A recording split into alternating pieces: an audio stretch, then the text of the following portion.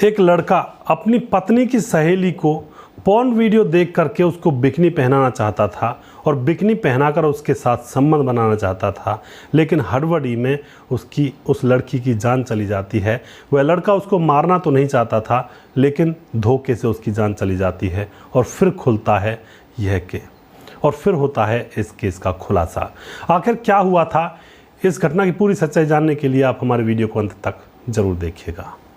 नमस्कार, मैं हूं सुदेश कुमार और तिरछी बात चैनल में आपका स्वागत है। दोस्तों, यह घटना उत्तर दिल्ली के बुराड़ी की है। उत्तर दिल्ली के बुराड़ी में एक अमन नाम का लड़का रहा करता है, जिसकी उम्र 26 साल है, जो कि कॉल सेंटर में काम किया करता है और उसने लव मैरिज की है। उसकी पत्नी का नाम होता है अनुप्रिया की उम्र होती है 25 साल, अमन की उम्र होती है 26 साल।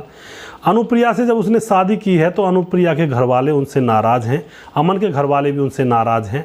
अब क्या होता है, अमन के साथ एक और लड़की पढ़ा करती थी स्कूल के अंदर, जिसका नाम था प्रियंका, जिसकी उम्र 24 साल है। अब उससे कहता है कि हमें कहीं घर दिलाओ रहने के लिए, हमारे घर वाले नाराज़ हैं, हम किस तरह से रहेंगे। तो प्रियंका कहती है कि हमारे ही पड़ोस में जहाँ पर मैं रहती हूँ वहाँ पर एक इंसान का मकान खाली है, उसमें आकर तुम लोग रहने लगो। तो वहाँ पर बात कर ली जाती है और अमन की दोस्त प्रियंका और वह प्रियंका अनुप्रिया की भी दोस्त थी, ये तीनों एक ही क्लास में पढ़ा करते थे, सभी दोस्त थे। तो प्रियंका के घर के पास में ये दोनों पति पत्नी बनकर रहने लगते हैं। दोस्तों, अब क्या होता है, कुछ दिनों के बाद इन दोनों के बीच में झगड़ा होने लगता है, अमन और अनुप्रिया के बीच में। अनुप्रिया बार बार अमन को इस बात का दोषी ठहराती है कि तुम्हारी वजह से मैं आज घर वालों से दूर रह रही हूँ और तुम मुझसे फिर भी प्यार नहीं करते हो। अमन भी यही बात दोहराता है कि मैं भी तो तुम्हारी वजह से घर वालों से दूर रह रहा हूँ और तुम मुझसे भी प्यार नहीं करती हो, सिर्फ अपने मत में रहती हो और तुम्हें मुझसे कोई मतलब ही नहीं है, ना ही खाना टाइम पर बनाती हो, ना ही कुछ पूछती हो, ना ही कुछ मेरे साथ रहती हो। यह बात मैं पहले भी बता चुका हूँ, जो लव मैरिज वगैरह होती हैं कुछ दिनों का खेल होता है, उसके बाद में तलाक के कागज़ लेकर थाने तहसीलों में घूमा करते हैं ये प्रेमी जोड़े। क्योंकि प्रेम करते हैं उस टाइम तो सारी चीज़ें अवेलेबल हो जाती हैं, लेकिन जब ये घर बसाते हैं तो सारी चीज़ें खुद कमानी पड़ती हैं और वहाँ पर प्रेम का बुखार उतर जाया करता है। ऐसा ही यहाँ पर इस केस में हो रहा था। दोस्तों, अमन जो कि कॉल सेंटर में काम किया करता है और अनुप्रिया जो कि प्राइवेट कंपनी में जॉब किया करती है, दोनों ही जॉब किया करते हैं। एक दिन क्या होता है, अमन कॉल सेंटर की जॉब से रात को वापस आता है 2 बजे के आसपास। आकर देखता है उसकी पत्नी सोई हुई है, ना ही उसके लिए कोई खाना वगैरह बनाया है, ना ही कुछ। तो अमन ऐसे ही आकर सो जाता है, हारा थका था। सुबह वह 11 बजे जब उठता है, उसकी आंखें खुलती हैं तो वह देखता है उसकी पत्नी ड्यूटी पर जा चुकी थी। और वह जब फ्रिज की तरफ जाता है तो फ्रिज पर एक चिट लिखी हुई थी, उसमें लिखा हुआ था खाना फ्रिज के अंदर रखा है और आटा भी रखा है और बना बनाया आटा भी रखा है। यह बात देखकर अमन को बड़ा गुस्सा आता है कि मैंने प्यार तो किया था अच्छी तरह से साथ रहने के लिए, लेकिन यहाँ तो ये सब कुछ उल्टा पुल्टा हो रहा है। ना ही टाइम पर ये खाना देती है, ना ही कुछ। दोस्तों, अब वह खाना खाने के बाद फ़ोन के अंदर पॉर्न वीडियो देखने लगता है और फिर उसके मन में न जाने क्या उठता है। वह अपनी दोस्त प्रियंका के पास फ़ोन करता है। कई बार प्रियंका उसके घर पर भी आ जाया करती है, वह प्रियंका के साथ घूमने भी जाया करता है मार्केट वगैरह में। प्रियंका के घर वालों को भी कोई डाउट इनके ऊपर नहीं होता है। प्रियंका से फ़ोन करता है कि मैं तुमसे मिलना चाहता हूँ। उसके बाद दोस्तों, वह अपने घर के अंदर अपनी पत्नी की अलमारी को खोलता है और वहाँ से अंडरगारमेंट्स को निकाल लेता है और बेड पर डाल देता है।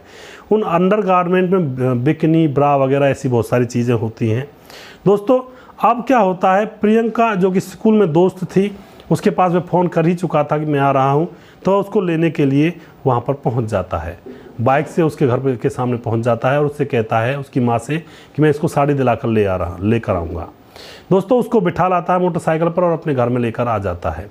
घर में आने के बाद जब प्रियंका उसके बेडरूम में घुसती है तो वहाँ पर बहुत सारे कपड़ों को फैला हुआ देखती है, अंडरगारमेंट फैले हुए पड़े थे।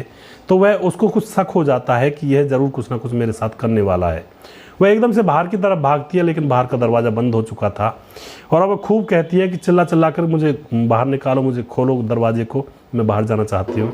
लेकिन यहाँ पर उसका दोस्त अमन उससे हंस कर बात कर रहा था और फिर वह कमरे के अंदर आ जाता है।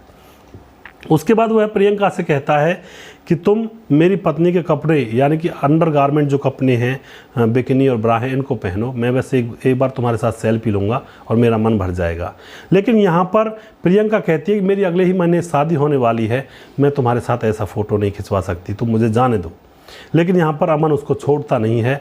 और फिर क्या होता है दोस्तों, जब प्रियंका ज़्यादा चिल्लाने लगती है तो एक नायलॉन की रस्सी लाता है और उसके गले में उसको फांसी का फंदा लगा देता है और एकदम से ज़ोर से जो प्रियंका होती है चिल्लाती है, उसके बाद वह शांत हो जाती है। यहाँ पर अमन समझता है कि यह बेहोश हो गई है, लेकिन असलियत में प्रियंका मर चुकी थी। उसके बाद अमन उसके निचले वाले कपड़े उतारता है और उसके साथ प्राकृतिक और अप्राकृतिक यौन संबंध बनाता है। उसके बाद जब संबंध बना लेता है तो वह उसको हिला डुला कर देखता है तो वह तो मर चुकी थी। अब एकदम से उसके पाँव के नीचे से ज़मीन खिसक जाती है। दोस्तों, वह अपने घर का ताला लगाकर डबल ताला लगा जाता है और वहाँ से फरार हो जाता है। शाम को उसकी पत्नी अनुप्रिया घर पर आती है, देखती है घर के बाहर दरवाज़ा लगा हुआ है, वो भी डबल, और डबल ताला वो जब लगाते थे जब वह कहीं घूमने के लिए जाते थे, तो उसको भी कुछ शक होता है कि क्या हुआ आखिर। तो वह पड़ोसियों को बुलाकर उस ताले को तोड़वाती है और घर के अंदर जाती है तो देखती है वहाँ पर उसकी सहेली प्रियंका नग्न हालत में, उसके नीचे के कपड़े उतरे हुए थे और औंधे मुँह पड़ी हुई थी बेड के ऊपर। दोस्तों, वो एकदम से घबरा जाती है और प्रियंका के घर वालों यानी कि उसकी माँ के पास फ़ोन करती है, पुलिस के पास फ़ोन करती है। पुलिस वहाँ पर आती है और सारे मामले की छानबीन करती है तो पुलिस को पता लग जाता है कि ये अमन ने ही किया है। और अमन की पत्नी अनुप्रिया भी साफ साफ कह देती है कि अमन के साथ ही आई होगी और उसी ने इसके साथ किया है, क्योंकि वह यहाँ से गायब है। अब पुलिस अमन की कॉल डिटेल्स और सीडीआर लोकेशन निकालती है तो पुलिस को पता चलता है कि वह लखनऊ में है। पुलिस वहाँ पर लखनऊ की पुलिस को इन्फॉर्म करती है, लेकिन वहाँ से अमन उनसे निकल जाता है। फिर उसकी लोकेशन जयपुर में बोलती है और जयपुर में जैसे तैसे पुलिस उसको पकड़ लेती है। पकड़कर उसको लाया जाता है और उससे पूछा जाता है कि आखिर क्यों तुमने इस लड़की को मारा। तो वह कह देता है कि मैंने इस लड़की को मारने की कोशिश नहीं की थी, यह गलती से मर गई। मैं तो समझ रहा था ये बेहोश हो गई है, मैं बस इसके साथ संबंध बनाना चाहता था। पॉर्न वीडियो में देखता था तो मुझे लगा इसके साथ भी संबंध बनाऊं। यह मना कर रही थी, इसलिए मैंने रस्सी इसके गले में डाल दी थी और यह मर ही गई थी। उधर प्रियंका की माँ का रो रो कर बहुत बुरा हाल हो जाता है और वह कहती है बार बार कि मैं तो ये समझ रही थी कि मेरी बेटी को साड़ी वगैरह दिलाने लेके गया है यहाँ से, और ये पहले भी चले जाया करते थे, दोस्त थे अच्छे, मुझे नहीं पता था, मुझे पता होता तो मैं अपनी बेटी को नहीं भेजती। दोस्तों, यहाँ पर प्रियंका की जान चली जाती है पति पत्नी की अनबन के कारण, और पति पॉर्न वीडियो ज़्यादा देखा करता था, इसकी वजह से यह घटनाक्रम हुआ। तो मैं यहाँ पर यही कहना चाहूँगा, पति पत्नी के बीच में अनबन ज़्यादा ना रखें, एक दूसरे के साथी बने, एक दूसरे की इच्छाओं और कामनाओं की पूर्ति करें, जिससे कि दूसरा जीवन साथी पार्टनर किसी गंदे व्यसन में ना पड़े, किसी दूसरी लड़की या लड़के के चक्कर में ना पड़े। दोस्तों, क्या यहाँ पे शिक्षा मिलती है? यहाँ पर शिक्षा यही मिलती है कि लड़के लड़की दोस्त हो सकते हैं, लेकिन ज़्यादा गहरे दोस्त ना बने तो ही अच्छा होता है, क्योंकि अट्रैक्शन यहाँ पर बढ़ता है और फिर अट्रैक्शन के चक्कर में ऐसे ऐसे कांड यहाँ पर हो जाते हैं। दोस्तों, अगर आपको हमारा वीडियो अच्छा लगता है तो इसको शेयर ज़रूर कर दिया करें, हम आपके बहुत आभारी रहेंगे। अगला प्रोग्राम मैं जल्दी फिर से लेकर आऊँगा किसी सच्ची घटना के ऊपर। तब तक आप खुश रहें, सावधान रहें। जय हिंद, जय भारत।